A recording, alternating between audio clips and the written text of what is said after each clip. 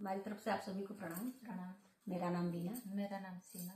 आज हम आप लोगों को प्यारा सा मजाकिया गीत, मजाकिया जब शादी बैठती है मंडप में तो दूल्हे को सुनाते हैं मजाक में। उसको आप बन्ना कहिए, बन्नी कहिए, मजाकिया गीत कहिए, जो भी कहिए, मंडप में गाया जाता है। जब शादी करने के लिए दूल्हा बैठता है, लड़की वाले गाते हैं इसको।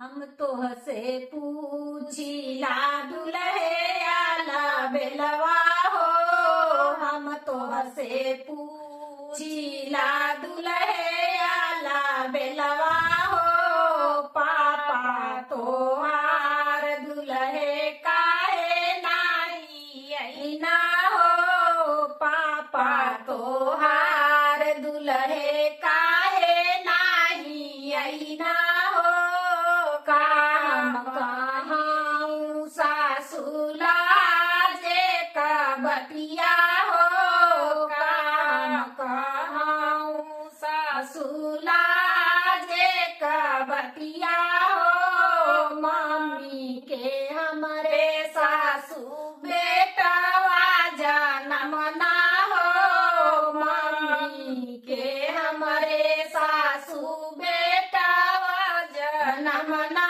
हो, पापा हमार सासू सौरिया गोरई हो, पापा हमार सासू सौरिया गोरई हो, हम तो हसे पूछीला दुल्हे आला बेलवा हो, हम तो हसे पूछीला दुल्हे आला बेलवा हो, फूफा तो हार दुल्हे काहे नाही अइना हो, फूफा तो हार दुल्हे काहे नाही अइना हो, हम कहाँ सासुला जे का बतिया हो, हम कहाँ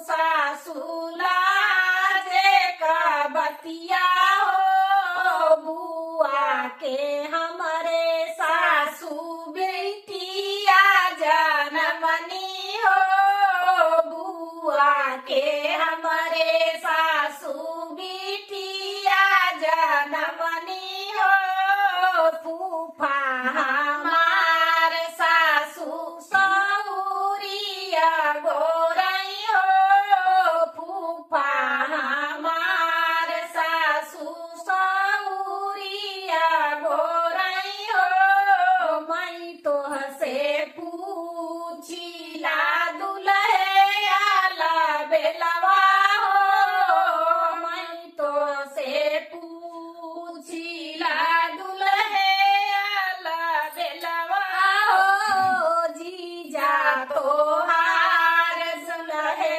काहे नाही अइना हो, जीजा तो हार दुल्हे काहे नाही अइना हो, हम कहाँ सहज लाजे का बतिया हो, हम कहाँ सरहज लाजे का बतिया हो, दीदी के हमरे सरहज बेटवा जनम ना हो, दीदी के हमरे सरहज बेटवा जनम ना हो, जीजा हमार सरहज सौरिया गोरई हो, जीजा हमार सरहज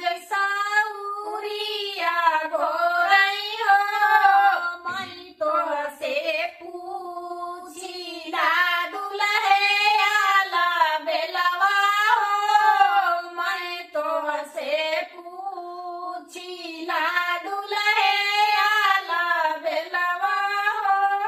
इसी तरह लगा के आप लोग चाचा, मामा सबको लगा करके, भैया आप लोग सबको लोग लगा करके गा सकते हैं। बहुत बहुत धन्यवाद। चैनल को सब्सक्राइब करिए, लाइक करिए, शेयर करिए, कमेंट में जरूर आप लोग बताइए हम लोगों का गाना आप लोगों को कैसा लगता है। पूरा आवाज करिए आप लोग।